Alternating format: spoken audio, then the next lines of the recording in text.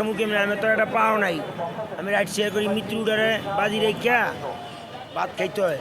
আর এই মৃত্যুটার বাজি রাউম থাক দূরের কথা, তেলই পাই না মৃত্যু বাজি রাউম কেমনে। আর কামাইটা করুম কেমনে, পোলা বানানো আজকে 3 দিন 10টা টাকাও বাড়াইতে নি পোলাতে।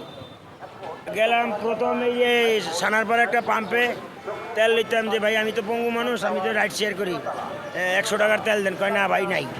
আইলাম এই পাম্পে, হ্যাঁ কয় নাই।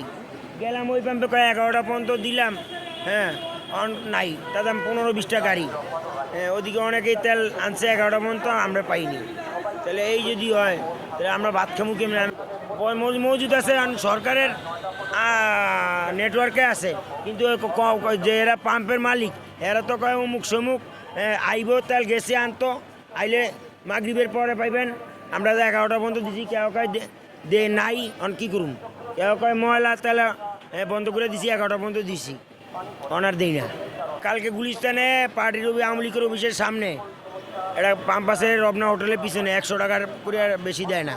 এই 100 টাকার তেল দিয়ে রাতকে আইছি এই পর্যন্ত জানো। রাত্রে 2-3 জায়গায় পাম্পে গেছি, এইটাই গেলাম সানারপাড়, এটা গেলাম, ওই পাশে গেলাম, একটা তো নাই। নাই সকালে হনসি দিছে, লগ গেছি, কয় 11টা পর্যন্ত দিছি, অন নাই। আবার মাগরিবের পরে সংসারে মানে পড়াইলে করবো, দেখা গেছে মাটি খেয়ে থাকতে তো পারে না, পানি খেয়ে কতক্ষণ থাকতে পারে একটা মানুষ।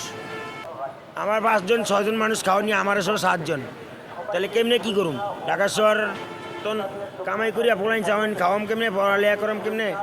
কামাই করতে পারি না, আজকে 3 দিনে 300 টাকা বাসায় বাড়াইতেই নেই বলা। তো কী অবস্থা আসছি আল্লাহ বোঝেন।